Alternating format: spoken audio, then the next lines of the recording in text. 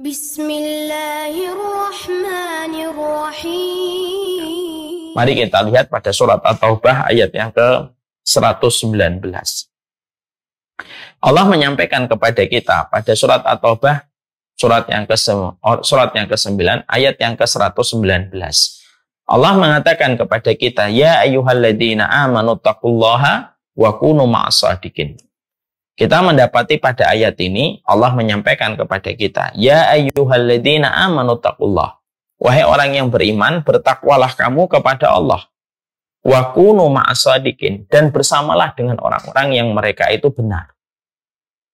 Yang menarik adalah yang dipanggil pada ayat ini adalah ya ayyuhalladzina amanu, orang-orang yang beriman. Berarti ini merupakan panggilan agung. Karena setiap ayat yang dimulai dengan kata ya ayyuhalladzina amanu, maka itu merupakan panggilan agung. Lalu Allah menyampaikan, ittaqullah, bertakwalah kamu kepada Allah, wa kunu ma'as-shadiqin, dan bersamalah kamu dengan orang-orang yang benar. Di sini kita mendapati ada dua perintah, ada dua instruksi yang datang dari Allah. Yaitu adalah yang pertama, bertakwalah kamu kepada Allah. Yang kedua, bersamalah dengan orang yang benar. Kalau kita mentadaburi ayat ini pada ayat yang ke-119 surat At-Taubah, kita akan mendapati apa korelasi antara bertakwa dengan berkumpul sama orang-orang yang benar. Maka dijawab oleh para ahli tafsir. Karena ketakwaan kita tidak akan sempurna sampai kita berkumpul sama orang-orang yang benar pada kehidupan kita. Karena apa? Ketakwaan itu salah satu penumpangnya itu datang dari circle orang solih yang kita miliki di dalam kehidupan kita. Dan itulah maksud yang Allah sampaikan pada surat At-Taubah ayat yang ke-119. Ya. Makanya Masya Allah, tidak ada Nabi kecuali mereka ditemani dengan sahabat-sahabat mereka. Nabi Dawud ada Nabi Sulaiman, Nabi Ibrahim ada Ismail, ya, Nabi Isa ada kaum Hawariyun. Dan kita pula mendapati Rasulullah bersama dengan Abu Bakar, Umar, dan 10 sahabat yang dijamin surga. Bersama dengan para veteran-veteran Uhud dan veteran Badar. Itu menunjukkan kepada kita bahwasanya pertemanan itu tidak bisa kita skip dalam kehidupan kita. Bertakwa kepada Allah itu penopangnya ketika kamu mendapatkan teman-teman dan sahabat yang benar di dalam kehidupan mereka. Karena bersama dan berkerumun bersama dengan mereka itu memberikan kepada kita ketakwaan dan memberikan kepada kita kekuatan. Makanya Masya Allah ya, orang yang sendirian itu gampang futur. Ibu coba aja, nanti ibu sendirian menjalani apa yang dijalani karena merasa dirinya introvert, lalu tidak mau sama sekali berinteraksi sama orang lain. Orang yang sendirian itu cenderung futur. Karena apa? Ketika turun semangatnya, tidak ada yang memberikan kekuatan, tidak ada yang memberikan nasihat, dan tidak ada insight yang dia bisa lihat kalau dia sendirian. Yang dilihat hanya dirinya terus. Tapi ketika seseorang itu bersama dengan orang lain, maka dia bisa mendapatkan kelebihan. Dia bisa mendapatkan plus, nilai plusnya. Dia bisa mendapatkan nasihat, dia bisa melihat orang lain, dia bisa melihat role model kehidupan orang lain dalam ketakwaan. Kapan? Ketika dia bersama dan bersua dengan banyak orang. Dan itulah yang menjadikan kita akhirnya paham. Iman itu tidak menjadikan kita seorang diri di dalam rumah. Iman itu menyuruh kita. Ketakwaan itu mengkondisikan kepada kita. Bertakwalah kamu kepada Allah. Dan berkerumun bersama orang-orang yang benar. Bersahabat dengan orang-orang yang benar. Karena itu merupakan satu kesatuan yang tidak bisa dipisahkan.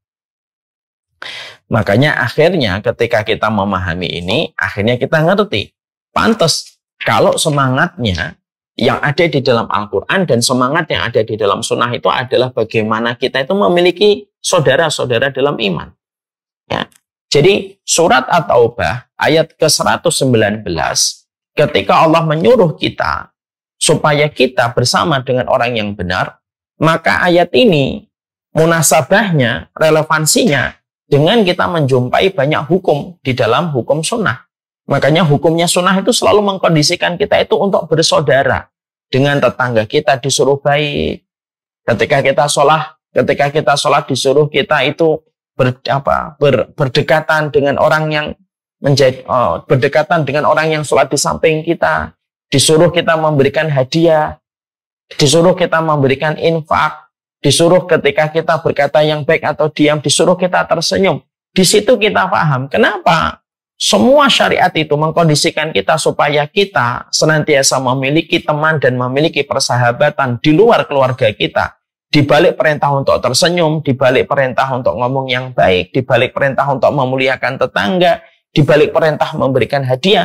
Karena disitulah kita mendapati Islam itu menyuruh kita, Islam itu meletakkan syariat supaya kita memiliki teman, memiliki sahabat, yang mana ketika sahabat itu nanti difilter pada perjalanan kehidupan kita, itulah yang menjadikan akhirnya kita, itu nanti bersempurna ketakwaan kita ketika kita mendapatkan sahabat-sahabat yang membackup kita, membantu kita ketika kita mendapatkan itu dalam kehidupan kita.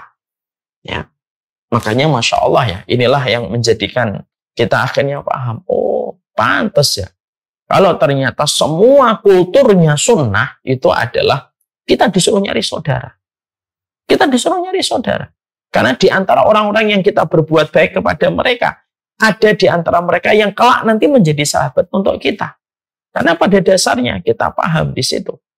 Karena memang tidak mungkin kita bertakwa kepada Allah seorang diri. Ya, di balik kita disuruh ngaji, ada sahabat yang kita temukan di majelis taklim. Di balik ketika kita memiliki teman-teman alumni SMA, lalu ada yang klop dengan kita, lalu kita sering berbagi hadiah, ternyata kita mengikat cintanya dia di dalam hatinya, akhirnya menjadi sahabat kita, lalu mendukung kita. Di balik tetangga yang kita muliakan, ada orang yang ternyata nanti menjadi sahabat kita. Di antara orang yang sering kita temui ketika sholat, lalu kita berdekat-dekatan ketika sholat, merapatkan shaf, itu ternyata ada di antara mereka yang nanti akan menjadi sahabat kita. Dan itulah relevansinya. Islam bukan hanya menyuruh bagaimana kita bertakwa dan bersama dengan orang yang benar, tapi Islam itu juga memberikan support. Bagaimana setiap syariat sunnah, bagaimana setiap birokrasi sunnah yang ada di dalam hukum, bagaimana itu bisa menjadikan kita memperoleh persahabatan dari orang-orang yang taat, dari orang-orang yang benar, supaya kita paham bahwasanya di dalam kehidupan ini kita tidak mungkin lepas dari sebuah interaksi di dalam kehidupan, dan interaksi itu merupakan salah satu hajat primer pada kehidupan manusia. Ya. Makanya inilah yang menjadikan kita akhirnya paham. Oh, berarti Masya Allah ya, berarti ini merupakan hal yang besar dalam kehidupan kita. Makanya tidak heran kalau Rasulullah Shallallahu Alaihi Wasallam itu mengatakan di dalam salah satu riwayat, ya, ada salah satu doa yang dipanjatkan oleh Rasulullah Shallallahu Alaihi Wasallam begitu indah, dan itu menggambarkan bahwasanya Rasulullah pun, ya, sesuai dengan apa yang tadi kita pelajari di dalam muqaddimah. Makanya salah satu doanya Rasulullah yang indah itu apa? Allahumma inni as'aluka hubbaka wa hubba man yuhibbuka wa hubba amalin yuqarribuni ila hubbika. Ya. Makanya kita mendapati perkataan yang disampaikan oleh Rasulullah sallallahu alaihi wasallam. Ya Allah, aku memohon cintamu, ya. Dan aku memohon cinta orang yang mencintaimu, dan aku memohon amalan yang paling kau cintai yang mendekatkan kami kepada cinta. Yang menarik adalah ternyata yang nomor 2 yang menjadi permohonan baginda Nabi Shallallahu Alaihi Wasallam itu apa? Nabi memohon kepada Allah supaya diberikan cinta orang yang mencintai Allah. Artinya Nabi itu memohon supaya beliau itu dipertemukan dengan sahabat-sahabat yang solih. Padahal kita tahu bagaimana Nabi itu adalah orang yang paling bertakwa di antara seluruh manusia. Orang yang paling kuat dalam takwa, orang yang paling kuat dalam iman itu baginda Nabi Shallallahu Alaihi Wasallam. Tapi itu pun Rasulullah masih meminta kepada Allah supaya beliau diberikan cinta orang yang solih.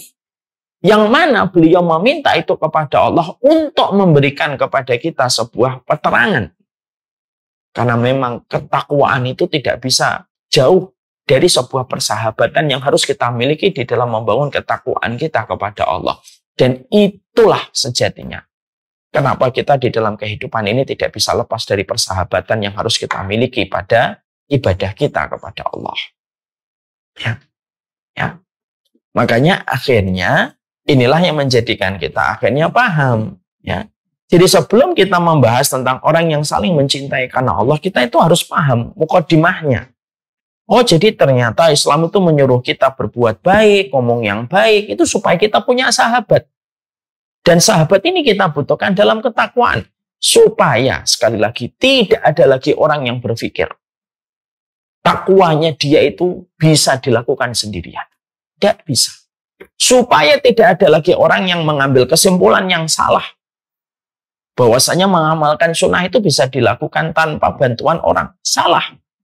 Supaya orang itu bisa paham bahwasanya menuju ke surga itu tidak bisa dilakukan ketika seorang diri. Tapi ketika dia bersama dengan orang yang saling menguatkan kepada Allah. Maka itulah yang sejatinya difahami oleh setiap orang yang beriman.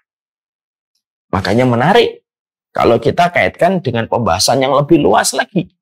Kita menjumpai dan kita mendapati bahwasanya kelak nanti di surga ada orang yang mereka memasuki surga bukan hanya karena sholatnya saja.